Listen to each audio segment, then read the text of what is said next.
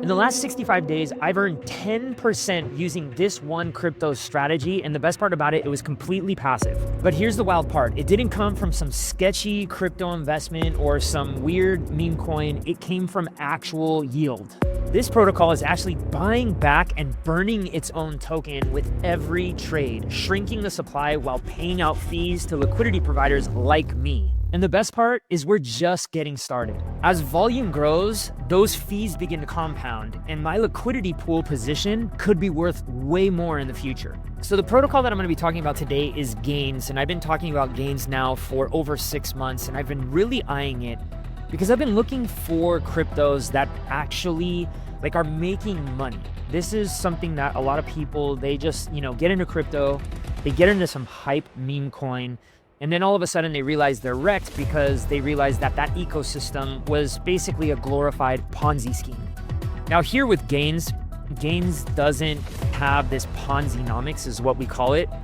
They actually are taking 60% of their fees that they're earning, which they charge just like Binance does, just like Coinbase does, just like GMX does. All of these are exchanges. Some of them are centralized exchanges. Some of them are decentralized exchanges. But all in all, Gains is taking 60% of their fees and they're going and buying back their token. And with that buyback, they're actually burning it, getting rid of that token forever. So there's no more escalating supply. Like let's say Bitcoin increases by 1%. At one point in time, it was increasing by 20% per year. Here, the supply only goes down. So let me show you what I mean. This is a screenshot that I took in January of this year where we had the token supply being burnt. 24 hours, it shows 65,000. Last 7 days, 212,000, and then 30 days was 519. And you can see we were a little bit below 33 million. I took this screenshot around February, March, and you can see that the token burn in 24 hours was not that much. But let's take a look at the 30-day, 549,000 tokens. That's a lot, but let's take a look at where it's at right here. Look at where it compared to last time where it was at. It was below that $33 million. Like last time we were about right here. Now we're below 32 million in the 31 millions. Then I took one about a couple months ago, which was about April, May. And you can see here, look at how much they had burned. The burn just keeps going up and up, 623,000. And you can see that we were now below 31 million. And let me show you where we're at today. So today we're below 30 million, and this is the highest 30-day burn that I've seen so far since I've been monitoring this. So this is just a really, really good thing because what we want is a race to zero, because less tokens that there are in the ecosystem, the more valuable they will be, and especially since they're buying it with Ethereum, with DAI, and with USDC. Now you can see also here, this is the burn. So this is the amount that they've been burning. And since April of 2024, it's burned about 4 million. So a little bit over 10% of the supply has been burned. And you can see that somewhere here in November is really when it started going parabolic. And if we keep going in this trajectory, we could be at very few tokens very, very soon, within the next couple of years. Okay, so here's a little breakdown though as to how long it could take to basically get down to 1 GNS with their burn mechanism. Okay, so you can see right now, this was the current back in, I believe it was November, December, where they were doing about 37 million in 7-day average volume. So that was burning about 325,000 GNS per day. And that was giving it a yearly burn of about 3.9 million GNS. So they were on track at that point in time to be getting to 1 GNS in 8 years. Now, if you doubled it, which take a look at where we're at right now, we're at 650K currently right now every 30 days. And we haven't really been here at this 325K for a long time. I showed you all, it was 530. The last time was 623. Now we're at above 650, I believe. But you can see here, to get to that point, we're at 4.2 years in order to get to 1 GNS. This thing's not showing any signs of slowing down, guys and gals. And here's the coolest part. I think with all the new things that they've added, that this is going to accelerate the amount of GNS that gets burned. And this is why we're seeing the price of GNS go up, which I'm going to show you here in a few seconds. Let's say if we can get up to 975,000 GNS burned every 30 days, which is not out of the realm of possibility. You can see here, we'd be there in 2.8 years. And all it would take is a bull market and some more momentum right now with GNS. And I'm going to show you why I think GNS is actually set up to do way better than even Hyperliquid and all these other new DEXs that have come out that are perpetual futures exchanges. But take a look at this. This is its all-time historical volume. All right. So if that was the case, you're talking about 1.7 million GNS being burnt, and that's only 1.54 years to get to 1 GNS. And by the way, all of this, I think they did this and this screenshot in September. All right, so they put together this table in September. So it's been not quite 1 year, but we're getting there. And then if we double the historical volume, you would be basically at 1 GNS by 0.77. And you can imagine what the price of this is going to do. This thing is going to skyrocket. All right, so let's take a look at the price of GNS. So just today, it's up 34%. It has been going up and down and up and down. At one point in time, it was $2.45 a couple of days ago. Right now, it's sitting at 34 cents. So it came back down to like 150. It's a very volatile pair because you can see it's very low down in the market cap. So it's 622, but it still has a market cap of 60 million. So not a bad amount of money to have in terms of your market cap. But here you can see that the circulating supply just keeps dropping and dropping and dropping. All right, keeps getting burned and burned. And in the last 30 days, you can see that it's up 70%. This is pretty darn good because in the last 30 days, not anything is really up 70%, not even close, okay? So why do I think that GNS is going to do really, really well over the next few years? Well, they have things that most other perpetual futures exchanges don't have, like access to forex, which there's a lot of people that love to trade forex, but they don't necessarily trust brokers. Brokers play all sorts of funny games. You can see that they have tokenized stocks already. They're way ahead of the curve. And they keep adding more and more tokenized stocks here, which are really cool. You can only leverage trade them. You cannot spot trade them. But still, like on my NVIDIA trade, I have another NVIDIA trade. It's doing really well at this moment in time. And I'm making, really good money on it. Where I wouldn't necessarily be able to get into like some brokerage without giving up all sorts of information.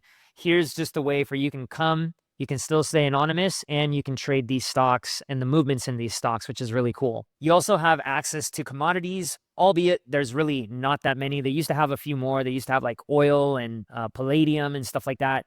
But still, you're still able to leverage trade gold and you're still able to leverage trade silver. The other cool thing about Gains.Trade is you're able to use multiple different layer 2s in order to trade. So there's like lots of liquidity spread across lots of different blockchains like Polygon, Coin, as well as Arbitrum, which is the one that I primarily use. But they're also on Solana, which is really cool. And their Solana interface, I actually did a live in regards to it a few months ago, and it's done really, really well. A lot of people that use Solana, a lot of you degens out there, you may want to stay on the Solana blockchain. Personally, I don't like Solana blockchain. I've gotten like held up, frozen up in terms of my trades before, so I don't like necessarily using it, but you may. And maybe they fixed the errors since then, but I just want to stay to my tried and true Arbitrum. I've never had any issues with trading on Arbitrum in the past. Guys, gals, if you want to learn the things that I'm about to talk about, the way that I make passive income using decentralized finance, I'm going to show you some real alpha on how I'm using this very powerful tool in order to maximize my GNS, my gains, and not just that, but also different cryptocurrencies that I believe in. Click on the link below. It's the first link. And there's a video that I prepared for you so that you can watch and see exactly how I make passive income and how I've been doing this over the last 5 years. I think you'll find it really insightful and full of information. And hopefully I'll see you in class. All right, here we go. Let's get into how I've been earning passive income using GNS. So this is a place where I can estimate setting up what are called liquidity pools, like how much can I earn using various different cryptocurrencies. So you can see here, GNS is one cryptocurrency that I'm allowing people to use to trade. And then Ethereum is another cryptocurrency that I'm allowing people to trade. So what I do is I come up and I put both of these cryptocurrencies up, and every single time there's a trade between ETH and GNS, either way, buying, selling, buying, okay, I'm going to earn fees based off of the amount of money that I put in here, okay? Now, you can see right here, my fees that I'm going to be earning. That doesn't mean like Ethereum is going up by that much. It just means the fees, the passive income that I'm earning could be up to 349%. Now, this is hard to keep on this track because there is something called concentrated liquidity that I have talked about in the past. I'm not going to talk too much about it today, but this isn't going to be a constant, all right? And you do have to work for this. But if you want to get an idea as to how much you could make over time, you can see here, this gives me a 3-month time frame of how much I would have made. And, you know, I'm making pretty close to this. You would have made about 52.24% setting up what's called a liquidity pool. And you can think of this right here, this liquidity pool, as like, let's say, for instance, if you were to go to your brokerage and buy Apple with cash or sell Apple into cash, every single time you do that, the exchange, I think it's the NASDAQ that it's on, the NASDAQ will end up charging you a fee to do that. Well, I'm doing exactly the same, except instead of the NASDAQ doing it, it's me that's putting up my money so that I can make fees off of every single trade that you make. So this is a cash flowing mechanism. So if I zoom this out, I should be at roughly about 52.24% per year that I'm earning in additional fees. And I'll show you right here. I brought receipts. You can see here, the price is going up and down. It's pretty haywire today. But the price right now on Uniswap, which is where I'm allowing people to trade this, is at about $1.94. And you can see here that my fees earned in the last 65 days is $276 off of an investment of $2,700. That's what I started off with. So here's another tool that I use in order to see like more or less how much I'm making. And you can see that the fee APR, it's pretty darn close to what it's being estimated here. Okay. And I haven't, this is 3 months. This is 2 months. Okay. So if I gave it a little bit more time, this may actually go up. But you can see that the fee APR that I'm earning right now is 47.66%. So that's a really, really good return given the circumstances, especially given this crypto market. A lot of people, they're just going crazy because they're buying, holding, they're not making any money. But you also have to be very careful as to which cryptos you set up using these liquidity pools, because it can be deceiving. You could be earning fees, but suffer something called impermanent loss, which I have talked about before in the past. And it's really important to educate yourself on impermanent loss, because while you may be making money in fees, your initial investment may be going down in value, and that's what we don't want. So this is one of the ways that I'm making passive income using decentralized finance. And again, guys, gals, if you're interested in learning how you can participate in earning passive income with this new tool called DeFi, there's a link down below. Head over to that website.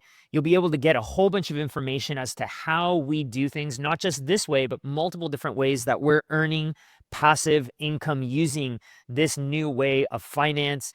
And do me a favor, if you liked this video about liquidity pools, check this video out right here. This is another one in regards to liquidity pools on how you cannot make money using liquidity pools, and an alternative way that I've been doing it to where I made 86% above Ethereum last year. I'll see you in that video. Cheers.